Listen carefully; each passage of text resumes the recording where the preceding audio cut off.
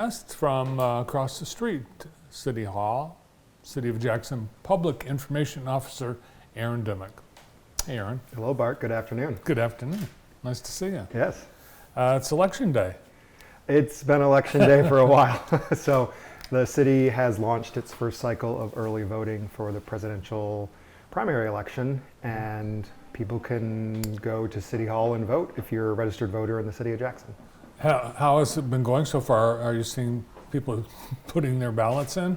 Yeah, it's been slow at first, but it's slowly picking up. I believe yesterday we had around 17 voters, which is an improvement over the first couple days where it was just a few voters who would come in. So this is all due to changes approved by voters in the November 2022 election. This was part of a package of election changes, and it allows early voting for state and federal elections. So 9 days of early voting before an election. So we had that started last Saturday, and then it's going to be ending this upcoming Sunday. And then we'll take Monday off, and then election day will happen on Tuesday.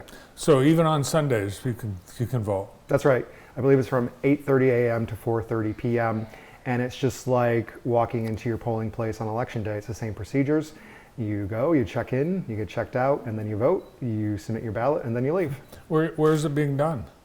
So every local government has to decide what they want to do with early voting.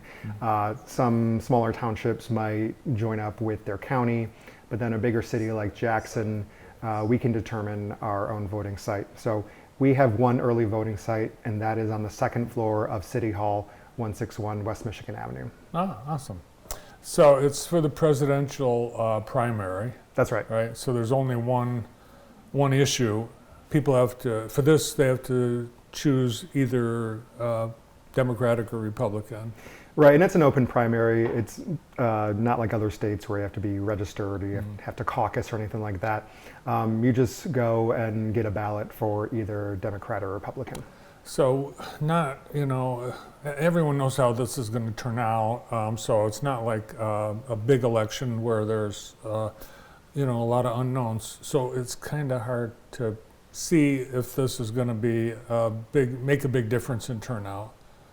Who knows? Yeah, we're really going to have to look at the numbers after early voting ends and compare that to election day voting. Of course, there's still absentee ballots, and almost every election cycle we see more people voting using absentee ballots. So there's been a lot of changes to how people vote over the past 5 years, really.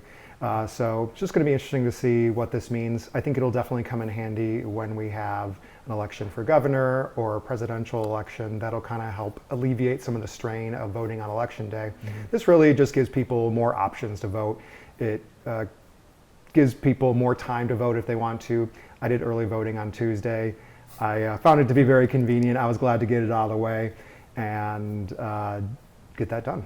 Yeah, a lot of people, I think, on election day, it's like they get to the end of the day and it's, oh my gosh, I forgot to vote. So I think that'll get more people in that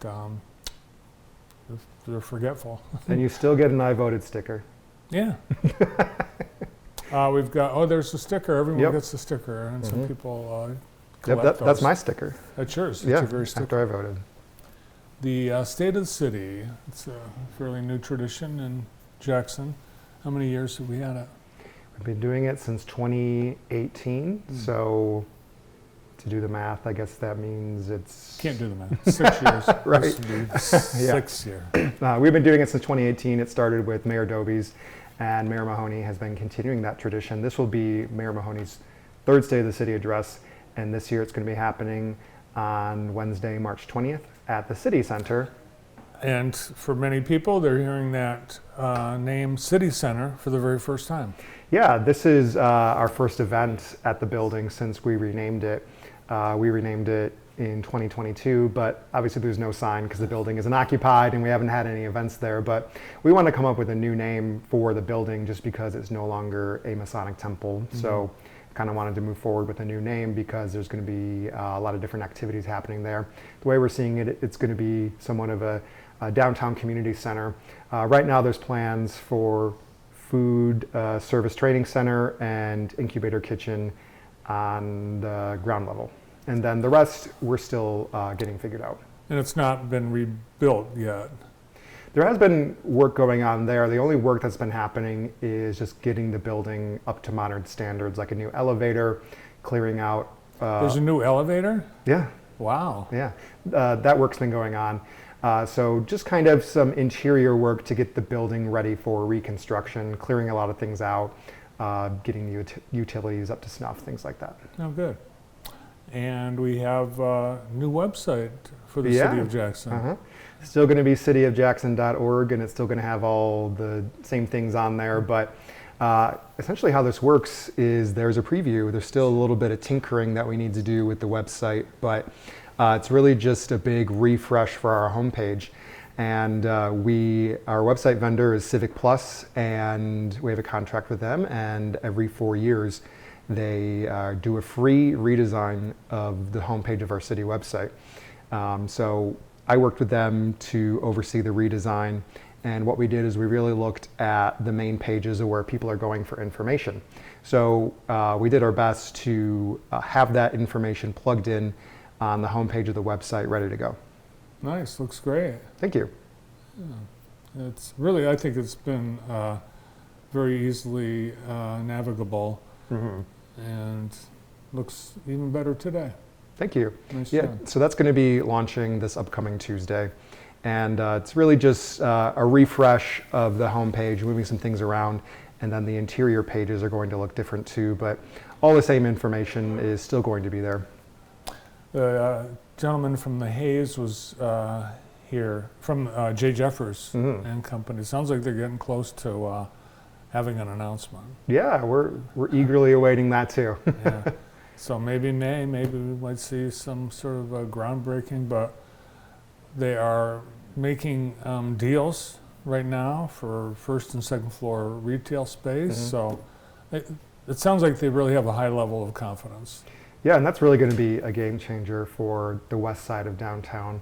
We haven't really seen a lot of redevelopment over on that end of downtown, so I think the Hayes is going to be a huge game changer. It's not every day you can just drop a new development in the middle of the city, you know, a 9-story building. It's kind of bringing it back online. So we're really excited to see that happen. And we've got two other apartment buildings, Greenwood Place and the Blackstone, that That's are right. supposed to start construction this spring.